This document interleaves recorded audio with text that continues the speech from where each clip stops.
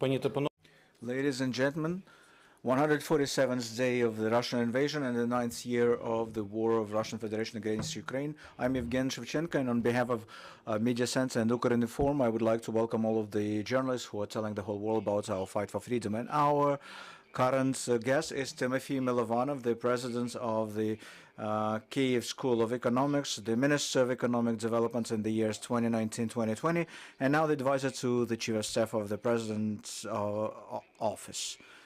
We'll talk about a broad range of issues, but first, Tymofii, what's the current status of the Ukrainian economy, and which developments would you advise to follow and monitor closely? Thank you. Well, exchange rate is what's on everybody's mind. You can look at the difference between the official exchange rate and the exchange rate in the currency exchange kiosks. Well, and it's all based on the macroeconomic challenges that the Ukrainian economy is facing. During the war, the national budget expenditures increased to support the military and to support those people who, because of war, ruination, and killings, are either IDPs or refugees leaving the country, and failure to be able to use certain infrastructure. So the business goes down, the taxes are being reduced, and we could cover the gap with borrowings, where either domestic markets or international markets we borrow the money. Well, in theory, but in practice, the domestic borrowings are limited. There were more at the beginning of the war, but people are running out of money, like business, and so while at the international market they only claim that they will give us money, but then we read in the mass media that Germany starts asking questions and delays the transfer of money, or there are some other problems arising, and this difference is monetized through emission of the central bank.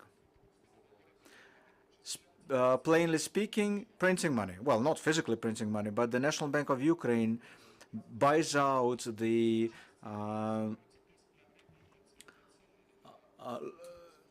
borrowed obligations of the governments. If it continues for a while, there will be crisis. We'll have 2, 3, maximum 4 months to have enough reserves in the economy, but we need to increase the borrowings and the support from our international friends.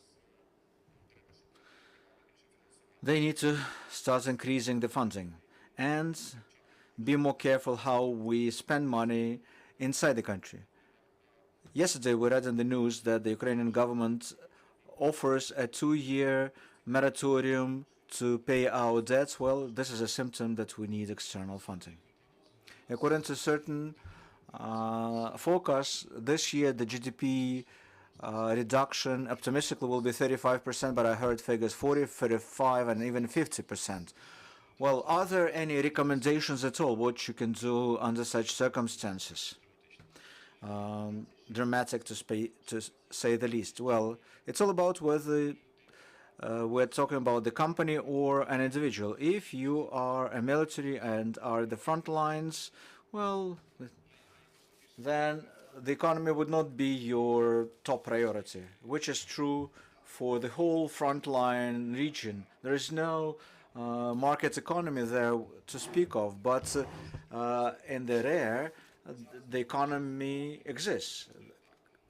Currently, and it will be for years to come, the biggest client will be the army. So the business should think, what should they do for the victory, to receive the orders from the government, from the military units, or do something that is needed to bring the victory closer. This is the general fundamental trend which stays on. We in Kyiv Economic School raised the fundraising campaign to support the army, which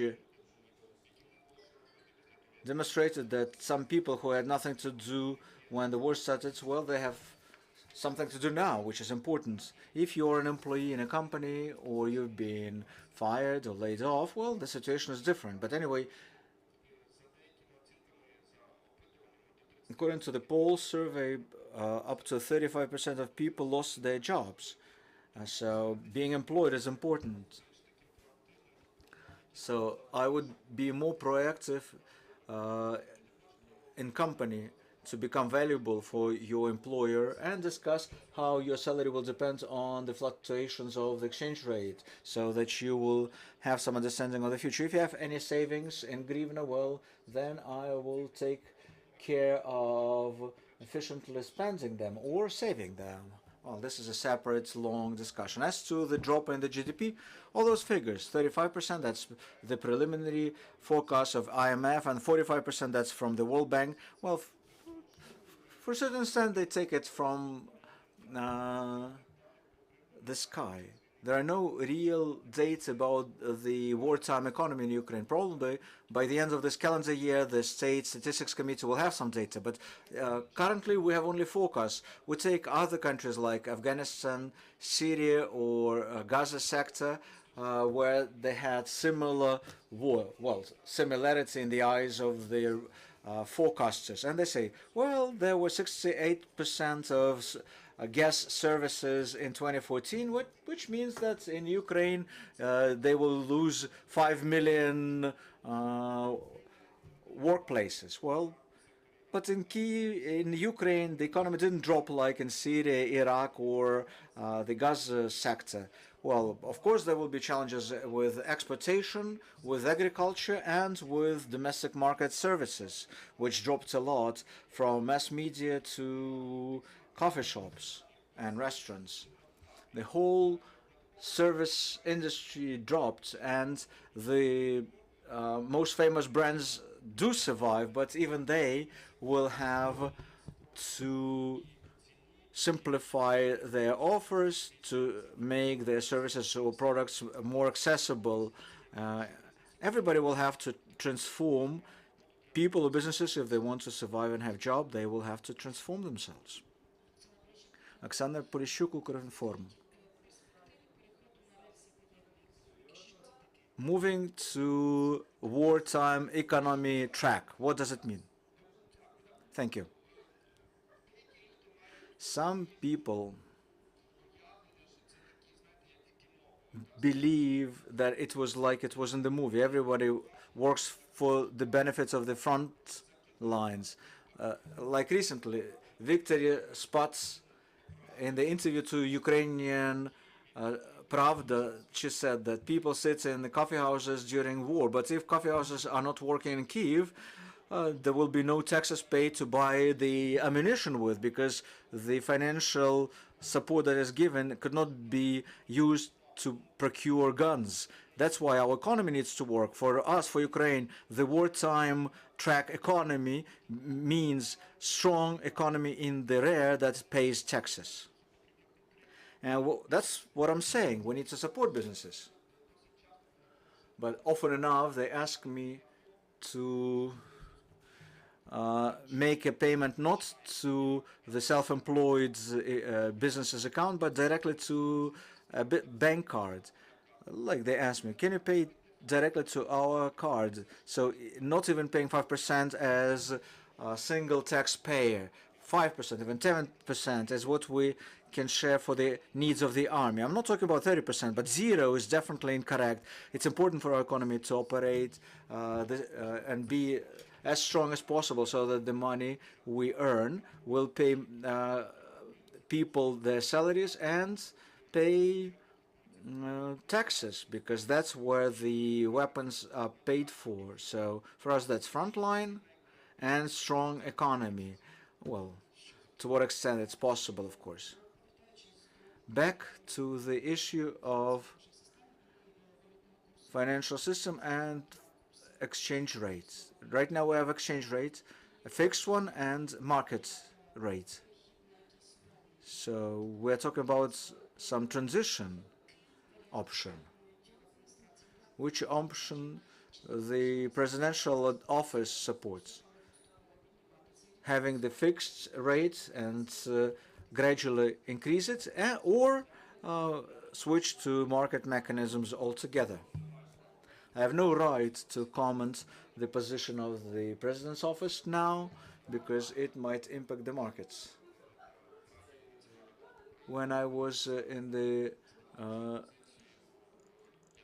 at the board of the National Bank, I also told them I'll wait for the government to decide. Well, I'm not an economist. At the beginning of the war, fixing the exchange rate was fully justified. Otherwise, there might be a panic, and if there are substantial fluctuations in the exchange rate, it might disbalance the whole economy at the beginning of the war, especially in the first weeks or months even. And we can see how the macroeconomic system, financial system survived, banks kept working, payments kept being made, which is extremely important. There were no, but it's like the reserves of the body. Your immune system, even if you are a strong person with a strong immune system, it will not survive for years and months. And that's what we observe now. That's why we have a markets rate 36, 37, and we can see that it fluctuates. It used to be 35. While there is a fixed exchange rate of the National Bank, of the central bank, and for a long time it won't be able to change it. The Bank of England, of Canada, Federal Reserve System, nobody can keep the fixed rates when the structural changes are occurring. So the central bank of any country would not be able to do this. They will be forced to reflect the real market's exchange rates somehow, and it will depend on the situation on the front lines. Within months, within not even years, they will have to do that.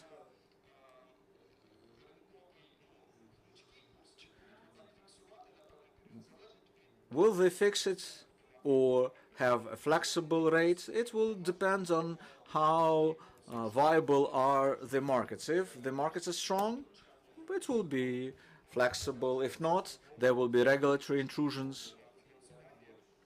And the economy will depend about whether Ukraine gets borrowings from our friends. Then the rate would be more flexible. If not, then the rate should be reconsidered. But it's like with a physician, how to cure a patient. Sometimes the patient can deal with the disease him or herself, but if only in critical situation the doctor will be involved. Well, what will be those signs? Budget deficit, first of all, and the emission and monetization. Which part of the budget gap budgetary deficit will have to be funded from the central bank or by the banking system through emission?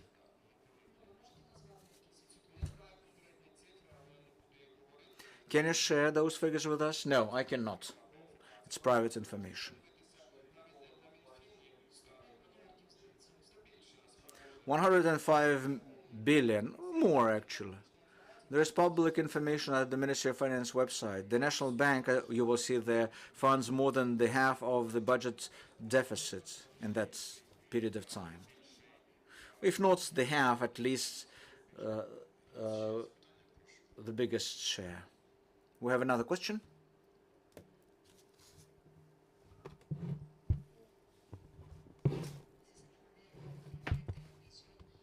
Two main issues dealing with economy is grain and gas. Also, the first question is, will Ukraine stop import gas? And the second question is there any safety for ships to approach Ukrainian ports and export the grain from them? All right, thanks. I'll start with or should I do Ukrainian? Or? Okay, so I'll start with the ships. The negotiations in Turkey, we all read it in the news. I know approximately the same information that you do, maybe a little bit more, and we expect that as the United Nations recently announced, there are good chances that the agreement for United Nations convoys out of Odessa will be reached soon. I really hope it will happen because the entire world depends on this. Food security is going to be, recently Kristalina Elena Georgieva, I think about a week ago, mentioned that the commodity shocks, pricing in agriculture and energy, they're already spilling over in the global economy outside of these markets. So the war in Ukraine and the high commodity prices have effects already globally outside of the immediate conflict. So it is important that we get the shipping out of Odessa, because without Odessa, we increased our capacity to export, and it's currently probably about 2.5 million tons a month, but it used to be 5. And I know that some of the agricultural companies in Ukraine, they are able to sell 5 to 10% of that is single digits of what they plan to. That means they will, 2-3 more months and they will be shutting down. That means there will be no sowing or planting season in the fall. All kinds of consequences will be happening, not just pure export. So we need to resolve this problem. I think it will be resolved. I expect that fundamental political forces will ensure that it's resolved maybe sometime by default. The second question was on gas. Ukraine buys gas from Europe, not from Russia. But also we have our domestic production. And during the war, our domestic consumption, especially in the industry, has decreased quite a bit. So in principle, our domestic production has also been damaged, but not significantly. So in that sense, the balance looks better than before the war, although overall values have decreased.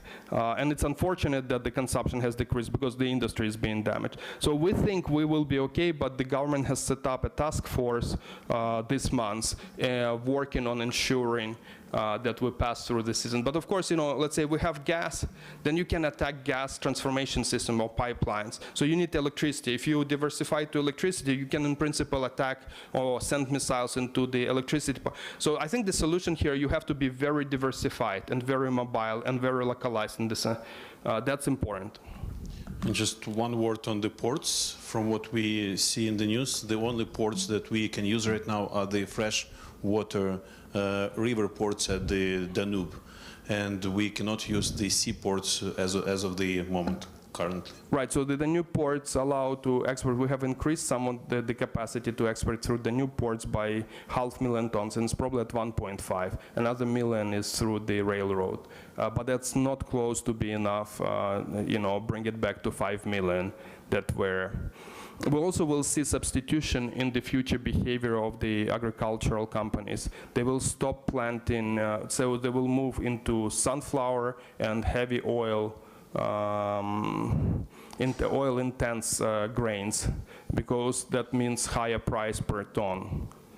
So there will be also structural changes in the type of grains, and that is damaging because Ukraine used to have up to 10, sometimes even 13 in good years, percentage of exports of wheat, and sometimes up to 18% of sunflower seeds and also corn.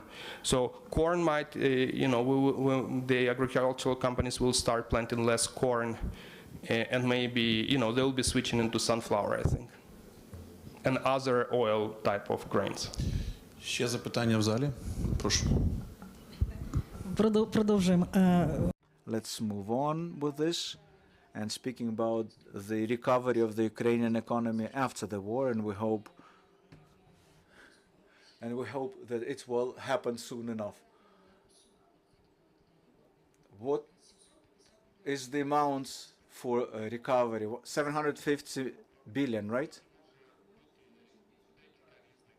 There might be a couple of factors. The economists think, and people who work on the recovery programs,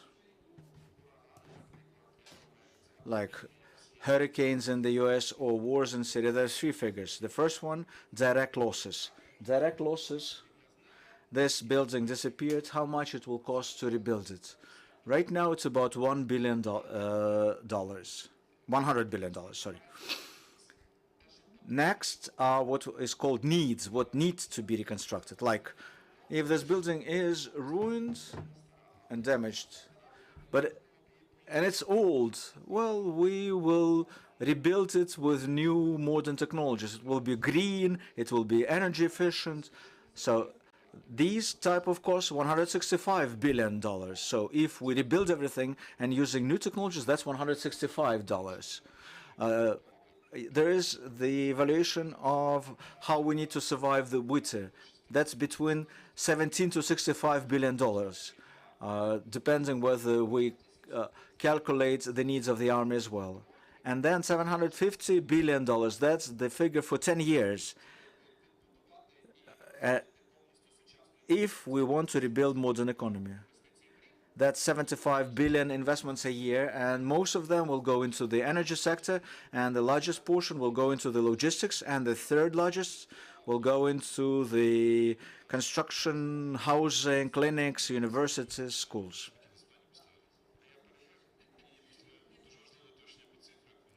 Thank you for clarifying the figures.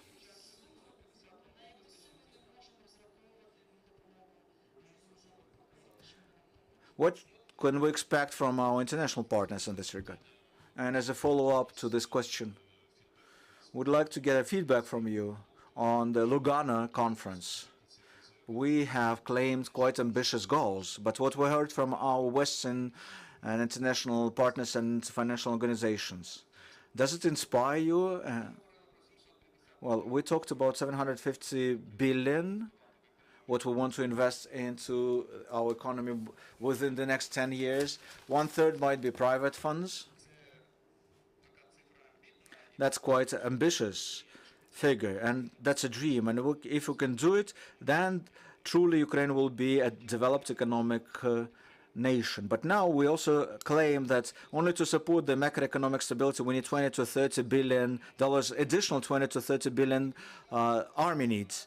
And then last day was the session of declarations, and so far it was for 1.9 billion, how much they declared they're ready to give us. While this 1.9 billion dollars, that's money now in hand, but we need a year between 30 to 100 billion. So systematically, technocratically, we need to progress here, and hopefully the progress on SAP will help to deblock certain processes. IMF hopefully will launch their program soon. It would be great if our partners are not delaying with giving us 9 billion of macroeconomic support. Lots of concrete technical work could be done now. Of course, there are certain problems on our part, but what I'm most afraid of is that some people claim, well, mid-level bureaucrats, they say, let's see the development of the front lines first.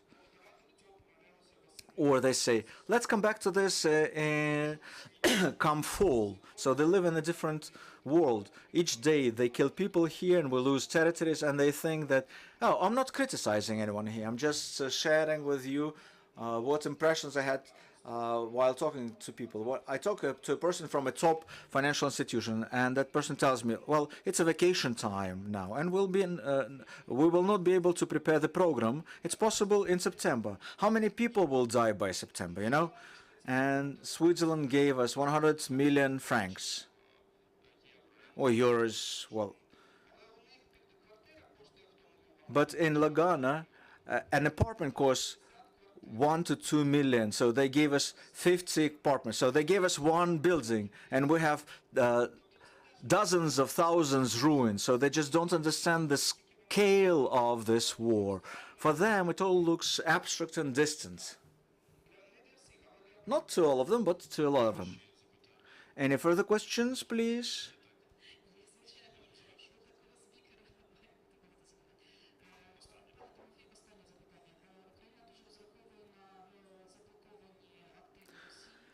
My last question is about the blocked assets of Russia all across the world, but we haven't received anything from those seized assets.